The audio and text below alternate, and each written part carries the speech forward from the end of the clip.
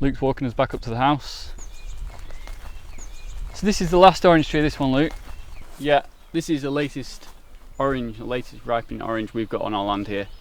You can actually get oranges all the way from like November to even as far as May. I was going to say this one's seems very late for oranges, this one. It's very late, like I said, it's late one. I've just been eating oranges off this tree down here, really good tasting oranges, and I'll be moving, once they're finished, which is close, I'll be moving to this one. And, yeah. One of the best things about eating from this tree is just having the valley view. Yeah, I love that. Standing under the tree. I love that, I love that. Again, I think that is like a crucial part of the whole process of growing food, your own food, and eating it from your own land. It's the experience of picking it and eating it straight from the tree. It's like, it's almost as important as the actual food itself. Like if I was to grow these oranges here and even pick them for you, Jack, and you eat them inside the house, I think you're missing one of the best parts of, you know, growing the food experience. The experience, yeah. Yeah, this might sound a bit spiritual, but it does actually feel, when you're eating direct from the source, whatever fruit it is, it feels like you're eating from a living organism. It's a bit too spiritual for me, that. No, really, the tree is like, it feels alive, doesn't it? It does, especially when it's covered in the flowers as well, and it's just, the tree is literally buzzing. Like, you know, the amount of pollinators on it, and you're stood next to it. Like I say, it's just actually finished flowering now. It's already set next year's oranges on the tree, and these will be ready to pick soon, so we'll be able to come down and eat them. More important question, Luke, who is buying that land over there, me or you? Well, one of us will be buying it. If the owner of that land decides to sell, we'll certainly be interested in it, but at the moment I'm not too concerned because I know the person who owns it and he's got a good way of thinking. You know, he's not in the mentality of destroying nature. He's actually looking after the land. And I was going to say, you can't really buy that and rewild it because it's already wild. It's perfect, really, yeah. The landscape here, it goes down into a valley and there's a river at the bottom, and then that's the other side of the valley up there, and our land stretches along the riverfront, you know, both ways, and then that along the other sides, you know, the neighbours. So a lot of this area here is, you know, the terraces where I've planted a lot of the fruit trees, but up there is a main growing area where I've planted a lot of the, you know, annual vegetables and fruits. Newly planted persimmon tree here. Yeah, it's got some persimmons on it. So mixing in again, this is actually I really think it's an important thing to consider when it comes to having a healthy food forest, healthy system. Having young and old trees in the same system. Now, if you have just an entire area full of only just the same age tree, it's not like a healthy society. I look at it the same as like a human society. If you have all people in the community are just the same age, it's actually not going to be good for the long run. You want to have young ones that are coming through, old ones that are still there. And I actually see the trees as the same sort of mentality as that. That's one of the biggest problems I think with schools is other 5-year-olds. If you're just mixing with all the other 5-year-olds, put it this way, you're not mixing with the different generations, are you? You're not going to learn the wisdom and the knowledge from older people if you're just surrounded by other, you know, unintelligent, other babies, uneducated 5-year-olds. Other babies like you. Yeah. No, it's important though. But yeah, that's why I'm going to continue to plant new trees all the time, even when we've got one. This is coming in. This is a pear tree. Got some pears on it. Small yet though. Yeah. Got a lot of pears in it though. That's next to this lemon tree. Nicely canopying over, almost merging into the pear tree. And I like it when it's in the summer as well, when it's really hot and you're walking through here into the shade. It's very nice. A newly planted lime tree. That'll do well here. And some new grapes. No one wants to see newly planted trees, Luke. They want to see fruit. This is an olive tree. And this is, I suppose we should talk about this quickly, because this is, I don't fully consider this as like, this isn't the food I intend to grow. Even though olives have a time and a place. Because you can't eat them raw, you can't eat them straight off the tree, and I've tried it. They're disgusting. It's almost like makes you so sharp and bitter. That's one of the problems with the lemons, Luke, is you notice when it's one of the things you just can't pick off the tree and eat straight from the tree. Right, that's interesting that, because as we've started to pick and eat more of these lemons here, they aren't the same sharp sour flavour you'd expect a lemon to have. They actually have a natural sweetness to them. I'm not saying I'd eat them like an orange, like peel them and eat them, but they definitely aren't nowhere near the same as the oranges, the lemons you buy. Like that really sharp sour flavour. There's like a natural sweetness to it. But yeah, back to olives, because olives, again, Olives here, you would harvest them in like November time. You take them to a mill, grind them, in a mill, and then turn them into olive oil. And that olive oil you'd have to cook. Well, even olives themselves have to be processed a lot to eat them, don't they? Yeah, they do. Yeah, a lot of people aren't aware of that. You can't just pick. When these olives are, I tried this. Even when the olives look nice and big and black on the tree, like an eating olive, you try and pick it off the tree and eat it. It has this extremely bitter taste, and you just want to spit it out straight away. I would much prefer just to, enjoy the other fruits, the fruits that you can eat, like nectarines. There, got some nectarines on. Enjoy the sweet fruits that you pick and eat straight from the side of the tree. They're the ones I want to focus on growing. And another example of that is the figs. Figs here. Figs are a really good one, obviously, because again, these are really good tasting fruit you can eat straight from the tree. This is a good fig tree, this, because it has 2 sets of figs in the same year. So it'll have one set, they'll start to turn nice and purple around June, and then they'll produce a second set late summer. It's a multi-crop. And look at the amount of figs in here as well.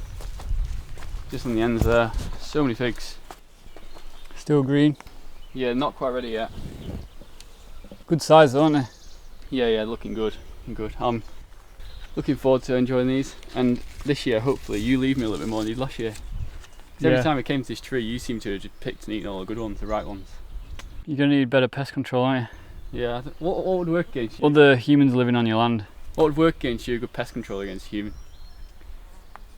I'm pretty resilient. You are. If you see a good fruit, you'll go for it, won't you? I mean, I've done this. So what do you say to the people who say, yeah, but it's all good having all this fruit, but you can't sustain off that? You're gonna need to get them chicken eggs going. Right. Well, you'd be surprised how much you can sustain yourself and have a good amount of food from just fruit and the raw plant-based foods you can grow. A lot of people again don't actually recognise how much you can grow, especially in a climate where has a longer growing season. And this is actually why we made the decision to move to a place where we wanted to have a longer growing season, like in South Spain, because we wanted a diet and a lifestyle centered more around fruits and foods that you can grow for a longer season.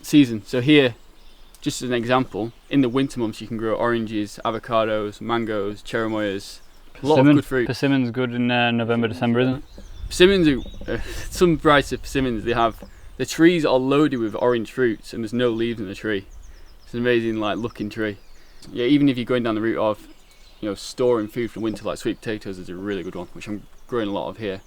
Yeah, you pick and eat that. You can harvest them, grow them all season, harvest them at the end of the season, end of summer, and store them for up to 6 months, depending on the variety. And yeah, it's a really good food to store. But if you're in like a northern climate, obviously you're going to have to grow more grains and starches that you can dry and store for the winter if you want to be self-sufficient on your land, which is possible. But I just want to be in a place where I can have a wider range of fruits and foods I can eat raw year round, because I think that is like the optimal. And again, if you are looking to do like a move to buy a piece of land to start your own homestead, you might as well go to what you consider is like your ideal, whether that is the tropics, Mediterranean, or continental like northern climate. I see you dodged the chicken egg question. Chicken eggs, yeah, well, because I know that's the classic homestead. It's funny because argument. The stereotypical homestead includes farm animals or livestock or chickens and eggs. Everyone always talks about backyard hens or chicken eggs. To me, all instincts tell me chicken eggs that have just come out of a chicken's bum, aren't food. I would much prefer to enjoy the fruits of nature. The bright, vibrant, really good smelling and tasting fruits like oranges. Are you saying you off should the tree. listen to your natural instincts? Well, obviously, yeah. I mean, you shouldn't be doing that. This is the thing. We seem to have been taught to ignore our natural instincts too much. If something is like screaming to us, eat this and don't eat this, when you're actually just tuning into your senses, listen to it. Don't just brush it off and go with what you've learnt. Because a lot of people, they've been conditioned to think a certain thing. Like, it's pretty obvious when you look at a chicken egg and an orange, like which one looks like food. Yeah, what about actual food self-sufficiency though, and sustaining yourself, calories? Well, again, if you are in a situation where you think you need to be dependent on animals and livestock and eggs to be self-sufficient, then it's just it's not an option. I wouldn't look at getting in animals to use and exploit just for my gain. I would want to do it in a much more natural, healthy way, and actually an ethical way, where you can have better foods. Yeah, because at the end of the day, I think the eggs do belong to the chicken. Yeah. And most of these homesteaders kill the chickens at the end when they stop producing. So yeah, well, they don't call it kill, they call it harvest. They don't harvest the chicken. Again, just completely blocking out the fat what they're actually doing to the chicken. There is definitely a lot of blissful ignorance going on. You know, yeah, even taking an egg from a chicken, if you've done that before, the chicken doesn't want to give its egg up. Like, I mean, there are cases where they just lay an egg and walk away and you steal it later, but generally speaking, they will want to keep that egg. And even if they don't want to keep it, you should be looking at feeding it back to the. If you look you know, the way the hens are being bred today, and they're producing so many eggs, they actually need the nutrients from their own eggs to, you know, actually have a healthy body, because it's so draining. We're giving a chicken homestead 101 lesson now. Yeah, well, you brought the question. To move back to fruits. Yeah. This tree is a nice food bank. Talking about self-sufficiency, this has got about 200 or 300 rich, calorie-dense, nutritious avocados on it. You sold that to me, Luke. Hass avocados. You didn't just say avocados. You really put some buzzwords in there. Well, let's have a look at these. Let's get some proof. Yeah, there's a lot of avocados on it. Avocados are a really good one because they can stay on the tree for months, and you can pick them throughout the season. Again, avocados, depending on the variety, you can actually set it up where you have avocados almost all winter, really. And I've planted some varieties here. I've planted some Reed and Fuerte avocado. This is a Hass avocado. This one's ready about now. There's different avocados. There's some avocados, Hass avocados can be ready down at the coast, can be ready closer as early as January. But this one's a bit later. So we're picking these. The main thing I want to do this year though is make sure to pick them all before the next year's fruits are growing this summer, because I want all the energy from the new fruits to grow into sizing up the new ones rather than maturing the old ones. Last year I did a bit of a test where I left a lot of the avocados on the tree to try and tree ripen them, and they were extremely rich, almost like a smoky flavour. Do you remember that, Jack? They're like smoky and... Yeah. You're just going to walk past the pull-up bar without doing a set? Feels like every time I do this walkway, you point this out. Well, this is the quarterly health checkup, Luke. If you can't give me 10 pull-ups, then, you know. This is what I call the Kelsall Clinic. Right, how many do you want?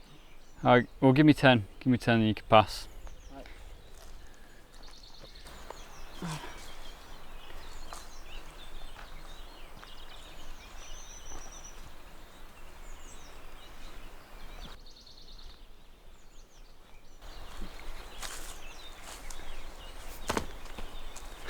Is that right?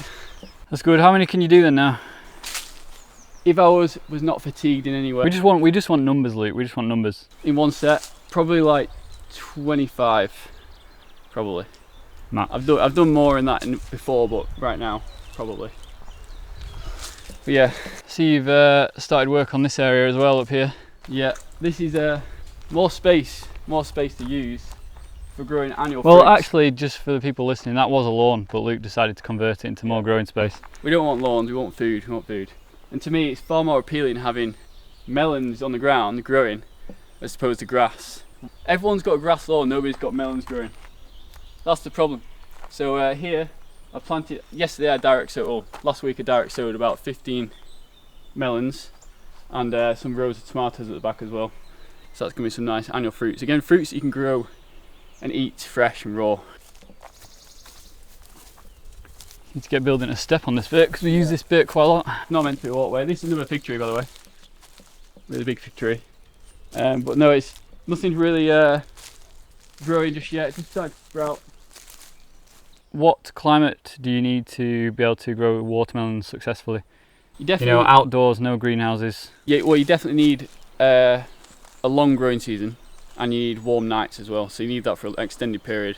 You can't really get away with growing something like watermelons, too far north. You need to have a outside. I mean, talking about growing outside. Direct sowing. Yeah, direct sowing. So you're just direct sowing these. You're not transplanting. Direct sowing. It's actually best to direct sow things like melons anyway, because they don't do well from transplants. But I wouldn't do that anyway. I'd like to direct sow everything where I can. A lot of people are not aware watermelons are actually more of a desert melon, like a hotter climate melon. So they can have dry. Yeah, it's quite interesting to get watermelons, huge watermelons in really dry climates.